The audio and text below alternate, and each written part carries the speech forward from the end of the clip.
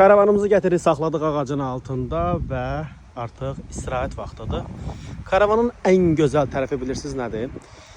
Torpaq almırsınız, nə bilim tikinti eləmirsiniz, nə bilim kupça almırsınız. Hər yer sizindir də. Yəni istədiyiniz yerdə saxlayıb həmin yerdə istirahət edə bilirsiniz. Baxın, karavanda yatmaq üçün şəraiti var.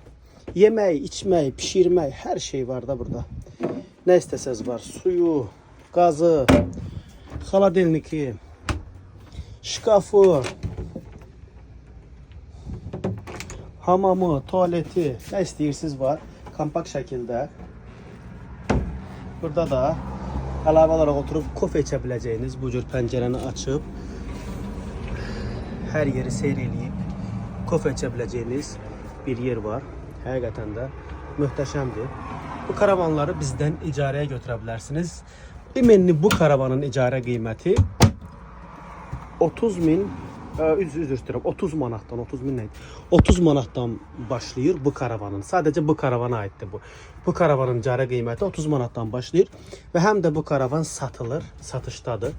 Həm icarəyə verilir, həm də satılır. Amma bu 30 manatdan başlayan qiymət sadəcə bu karavana aiddir. Digər karavanlar yox. Çünki bu karavan digər karavanlara nisbətən biraz balacadır. 2-3 nəfərlikdir bu karavan. Həm də satışdadır. Satış qiyməti də çox